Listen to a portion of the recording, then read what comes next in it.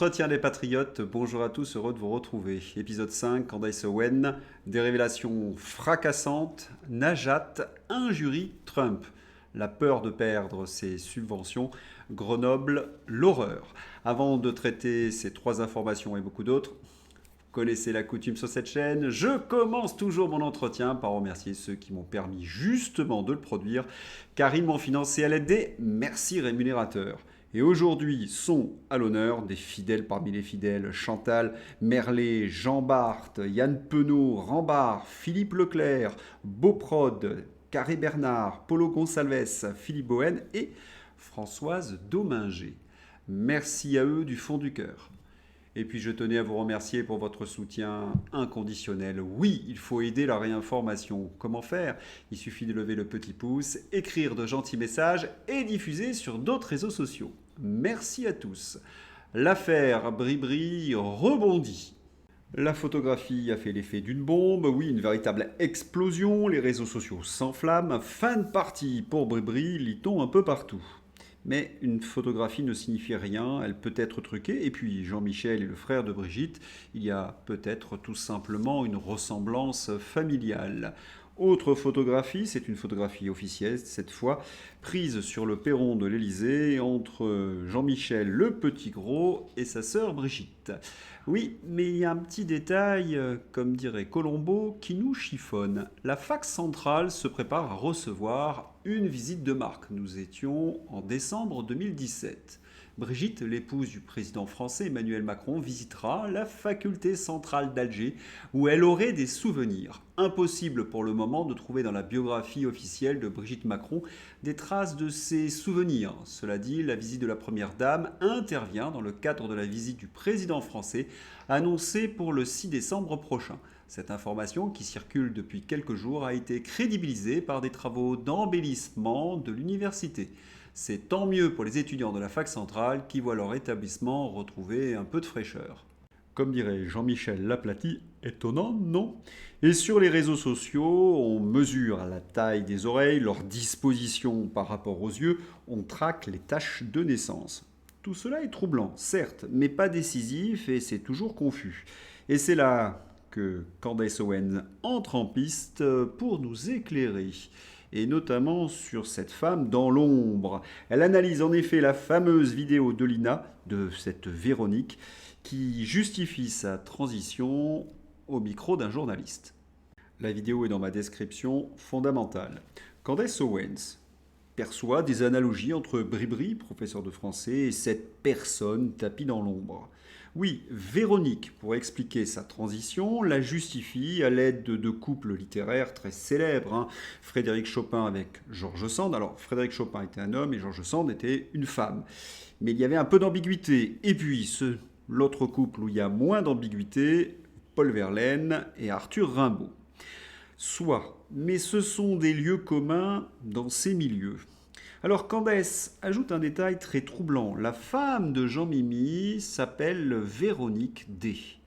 Le dossier est bien rempli, mais il n'y a pas le chaînon manquant, celui qui nous permettrait de dire avec certitude « oui, c'est cela ». Candace Owen nous le promet au prochain épisode.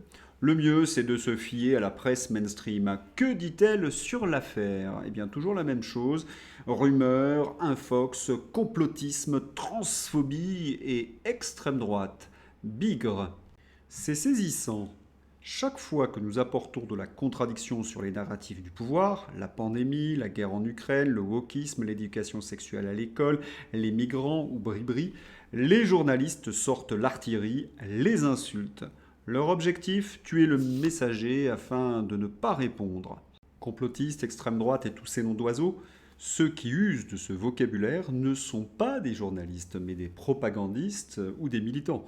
Les pièces que nous montre Candace Owen sont factuelles ou ne le sont pas. Et leur boulot à ces journalistes, c'est justement de distinguer le vrai du faux. Et pourquoi ne le font-ils pas? Car ils ont menti sur Brigitte. Ils ont colporté la storytelling de Mime Marchand. Ah, Bribri, selon eux, c'est la femme rebelle, belle, sexy, brillante, qui brise les codes.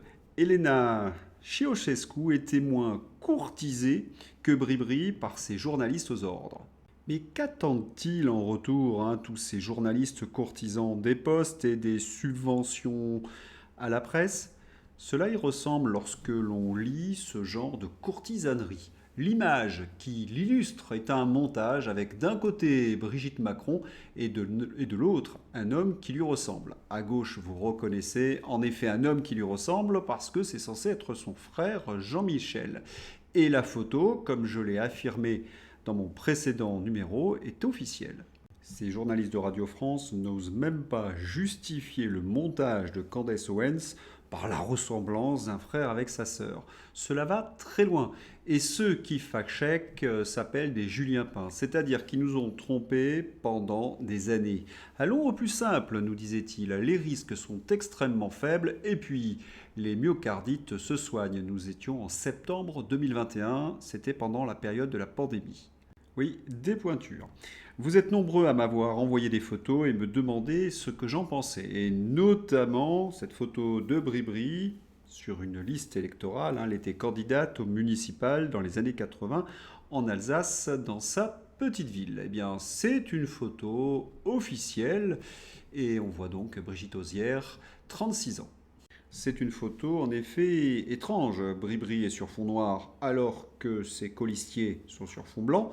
La photo n'est pas très nette alors que les autres le sont. Et puis on a du mal à la reconnaître. C'est très étrange en effet, mais est-ce que c'est déterminant? Ça, c'est autre chose. Autre photographie, Bribri au milieu de ses élèves. C'est une photo de classe prise dans l'établissement Lucie Berger en Alsace. Et vous me dites que c'est très étrange. Disons que ce n'est pas très académique, surtout pour un établissement privé à la fin des années 80. Parce que généralement, les professeurs ne posent pas au milieu de leurs élèves. Et je n'ai pas vu d'autres photos de classe de l'établissement avec des professeurs au milieu de leurs élèves. Et puis, ces jambes croisées et cette pose avachie, c'est vrai que c'est assez surprenant. C'est la seconde photo qui est encore plus étrange. Bribri est toujours au milieu de ses élèves, c'est la seule manifestement de l'établissement. L'élève à sa gauche la cache un peu avec sa jambe, le garçon, tandis que la jeune fille de droite, elle a l'air d'être devant elle ou de la toucher. Cela n'a pas l'air de gêner leur professeur, Brigitte Bribri. Vous remarquez également que la tenue est identique, mocassin vert, pantalon beige et chemisier rose. Alors là encore, il y a quelque chose d'étrange parce que sur les photos de classe, seul pose le professeur principal. Autrement dit, Brigitte Macron aurait été 2 fois le professeur principal cette année-là. C'est très rare, surtout qu'un professeur de français a 3-4 classes maximum. Mais ce qu'il y a encore de plus étrange, c'est que la coupe de cheveux, elle, n'est pas identique. Et la photographie au milieu de ses collègues. Une autre photographie qui vous a un petit peu interrogé. La Bribri est complètement écrasée au milieu de sa classe. Ce qui est encadré en rouge, eh bien, c'est un grand garçon. Normalement, le professeur devrait se tenir à cette place. Bribri accepte donc d'être écrasé par ses élèves. C'est très peu conventionnel, dira-t-on. La jeune fille à gauche de Bribri, au blouson marron, semble collée à son professeur. Oui, c'est assez étrange. Bribri avait au milieu de ses collègues la même année. Que voulez-vous que je vous dise? Tout ce qui touche Bribri est étrange et n'est pas conventionnel. Vous m'avez renvoyé cette photographie. Je tiens à signaler que c'est une photographie de la collection Vuitton et qu'elle est donc officielle. Si la photographie est retouchée, c'est le fait du photographe. Est-ce une provocation? Je vous laisse juge. Najat Vallaud-Belkacem, mercenaire, prédateur, mafieux, caïd. Najat Vallaud-Belkacem se lâche sur Donald Trump. Ils perdent tous leurs nerfs car ils sentent que leur petit monde de la bien-pensance est en train de s'écrouler. C'est succulent. Vous vous demandez pourquoi Najat est aussi agressive envers Donald Trump. Eh bien, vous le savez, il chasse les fausses associations caritatives pro-migrants. France Terre d'Asile a reçu 7 200 000 euros de la part de l'OFIL, une structure rattachée au ministère de l'Intérieur. La présidente de cette structure n'est autre que l'ancienne ministre socialiste Najat Vallaud-Belkacem. A-t-elle peur de perdre ses subventions et son poste depuis Donald Trump? Dites-moi ce que vous en pensez. Il faut dire que toutes ces ONG et autres associations perdent leurs subventions américaines et celles qui sont payées par le contribuable français commencent enfin à faire scandale. Payées par vos impôts, plus 52% pour les associations d'aide aux migrants entre 2019 et 2023, plus d'1 milliard d'euros. Et pourquoi? Voici le profil de l'individu logé dans un hôtel dans la ville de Lure aux frais du contribuable que ni le Maroc ni l'Algérie ne veulent récupérer. Profil de l'individu, fiché S, ancien combattant de l'EI, frère d'un des terroristes du Bataclan, condamné à 9 ans de prison pour association de malfaiteurs en relation avec une entreprise terroriste. Deuxième condamnation à 6 mois de prison pour le non-respect des mesures de surveillance qui lui étaient imposées. Déchu de sa nationalité en novembre 2023, placé au centre de rétention administrative de Metz, puis assigné à résidence à Lure fin juin 2024. Père algérien, mère marocaine. Mais que fait Retailleau? Il brasse de l'air. L'influenceur Doualem, dont je vous ai parlé, n'a pas été expulsé et a reçu un visa grâce à la loi immigration votée par les LR de Bruno Retailleau. Un magistrat lui explique en direct sur France Inter: humiliation totale, les LR mentent aux Français. L'arnaque LR ne cessera jamais. Il faut le dire et le redire, c'est une arnaque et il est temps de tourner la page. Un magistrat, donc en direct sur France Inter, rappelle à Bruno Retailleau que les LR ont voté l'article ayant empêché l'exécution de l'OQTF visant l'influenceur algérien Doualem. Après Retailleau l'impuissant, Éric Piolle l'idéologue, maire de Grenoble. Que s'est-il passé cette nuit dans sa ville? Une grenade dégoupillée dans un bar, actuellement 12 blessés dont de graves.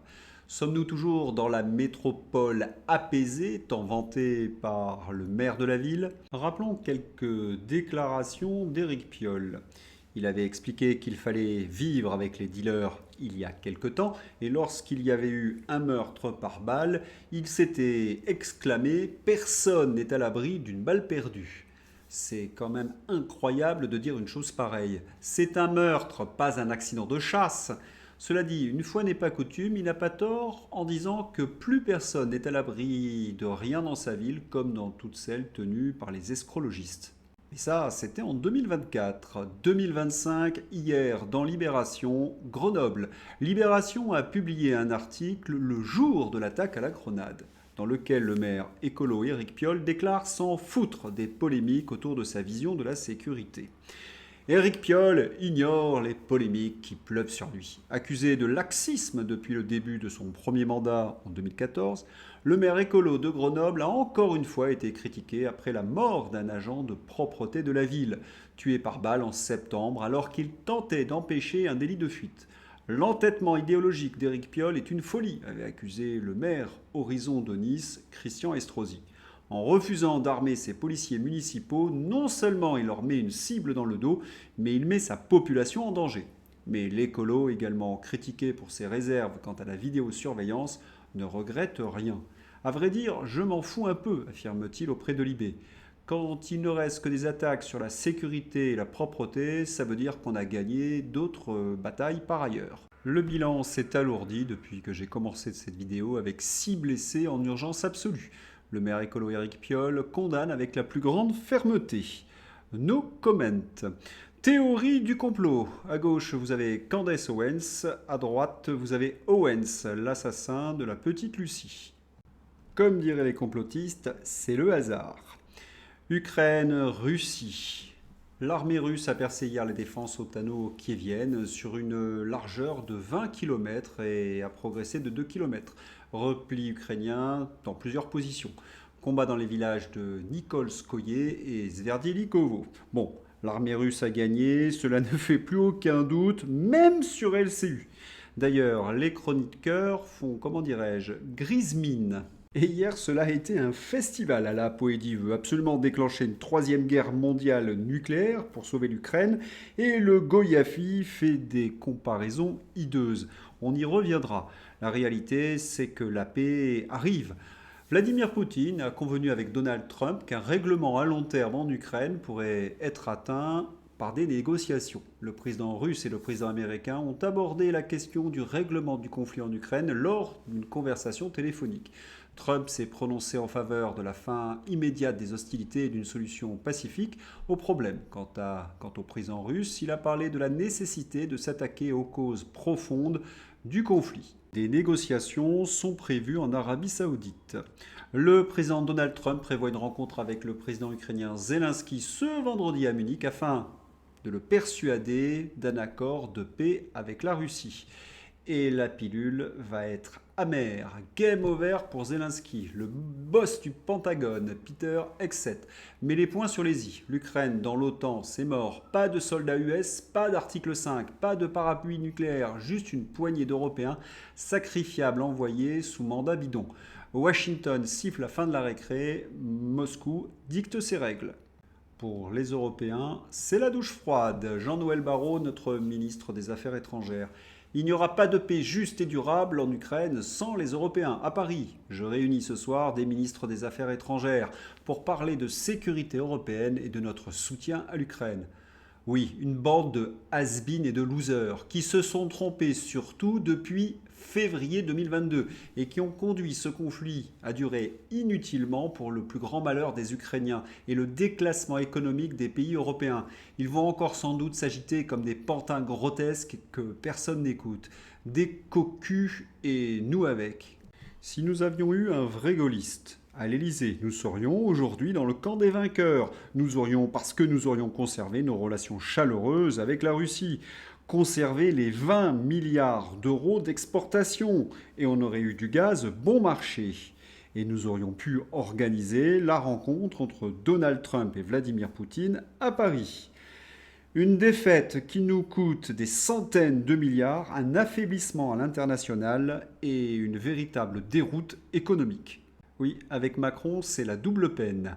Près de 8 Français sur 10, 78%, jugent la situation institutionnelle actuelle grave selon le baromètre annuel du Cevipof sur la confiance politique. Si la France n'est pas le seul pays touché par cette défiance des citoyens, leur désarroi semble encore plus important qu'ailleurs. Et dire que certains encore s'interrogent.